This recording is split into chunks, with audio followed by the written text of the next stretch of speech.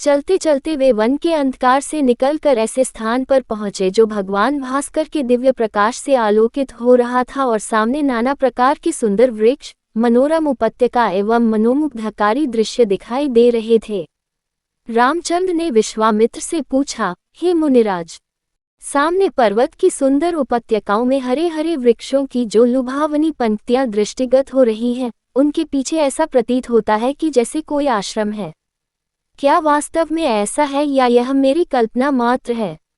वहां सुंदर सुंदर मधुरभाषी पक्षियों के झुंड भी दिखाई दे रहे हैं, जिससे प्रतीत होता है कि मेरी कल्पना निराधार नहीं है।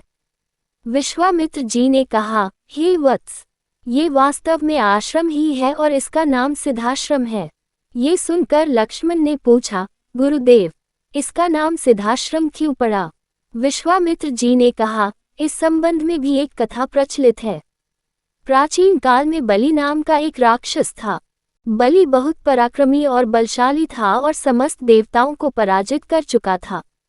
एक बार उसी बलि ने यहाँ पर एक महान यज्ञ का अनुष्ठान किया था। इस यज्ञानुष्ठान से उसकी शक्ति में और भी वृद्धि हो जाने वाली थी।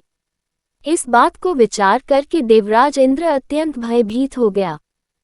इंद्र समस्त देवताओं को साथ लेकर भगवान विष्णु के पास पहुंचा और उनकी स्तुति करने के पश्चात उनसे प्रार्थना की, हे त्रिलोकीनाथ, राजा बलि ने समस्त देवताओं को परास्त कर दिया है और अब वह एक विराट यज्ञ कर रहा है। वह महादानी और उदार हृदय राक्षस है। उसके द्वार से कोई भी याचक खाली हाथ नहीं लौटता। उसकी तपस्या, तेजस्विता और यज्ञादि शुभ कर्मों से देवलोक सहित संपूर्ण ब्रह्मांड कांप उठा है। यदि उसका ये यज्ञ पूर्ण हो जाएगा तो वह इंद्रासन को प्राप्त कर लेगा। इंद्रासन पर किसी राक्षस का अधिकार होना सुरों की परंपरा के विरुद्ध है। अतएव हे लक्ष्मीपति, आपसे प्रार्थना है कि आप कुछ ऐसा उपाय करें कि उसका यज्ञ पूर्ण न हो पाए।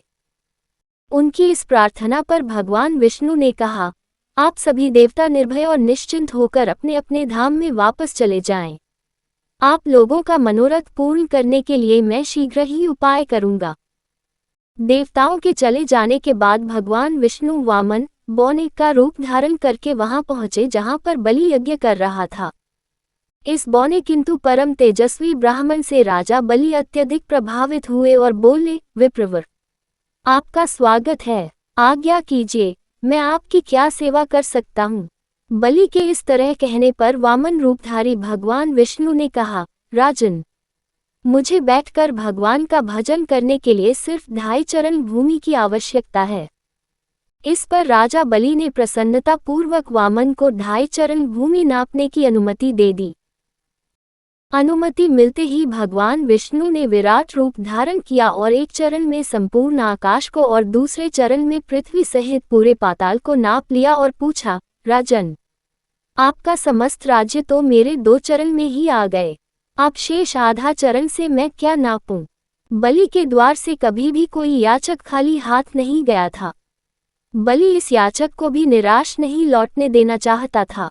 उसने कहा, हे ब्राह्मण, अभी मेरा शरीर बाकी है, आप मेरे इस शरीर पर अपना आधा चरण रख दीजिए। इस पर भगवान विष्णु ने बलि को भी अपने आधे चरण में नाप लिया। बलि का ये दान इतना महान था कि बलिदान के नाम से विख्यात हो गया।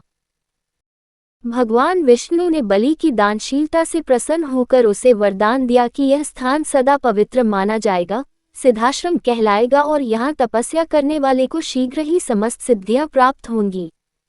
उसी समय से यह स्थान सिद्धाश्रम के नाम से विख्यात है और बहुत से ऋषि मुनि यहाँ तपस्या करके मुक्ति लाभ करते हैं।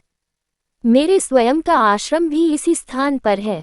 मैं यही बैठकर अपना यज्ञ संपन्न करना चाहता हूँ। जब जब मैंने यज्ञ प्रारंभ किया तब तब राक्षसों ने उसमें बाधा डाली है और उसे कभी पूर्ण नहीं होने दिया। अब तुम आ गए हो और मैं निश्चिंत होकर यज्ञ पूरा कर सकूंगा। इस प्रकार की बातें करते हुए विश्वामित्र ने राम और लक्ष्मण के साथ अपने आश्रम में पदार्पण किया।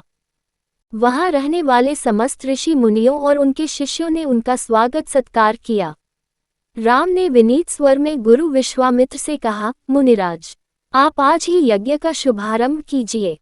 मैं आपको विश्वास दिलाता हूँ कि मैं आपके यज्ञ की रक्षा करते हुए इस पवित्र प्रदेश को राक्षसों से मुक्त कर दूंगा। राम के इन वचनों को सुनकर विश्वामित्र यज्ञ सामग्री एकत्रित करने में जुट गए।